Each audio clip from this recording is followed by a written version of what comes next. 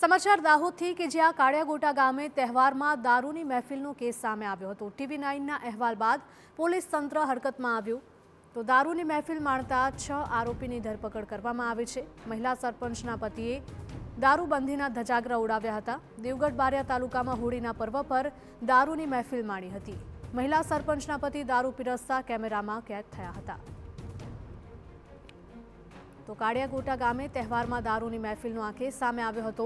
TV9ના અહેવાલ પર પોલીસે કાર્યવાહી કરી છે અને દારૂની મહેફિલ માણતા 8 આરોપીની ધરપકડ કરાઈ છે। તો મહિલા સરપંચના પતિએ દારૂબંધીના ધજાગરા ઉડાવ્યા હતા। દેવગઢ બારિયા તાલુકામાં હોળીના પર્વ પર માણી હતી દારૂની મહેફિલ।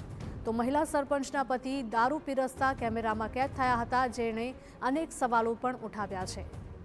તમામ જેટલા લોકોની ધરપકડ કરવામાં આવી છે તેમણે હાથ જોડીને માફી પણ માંગી હતી।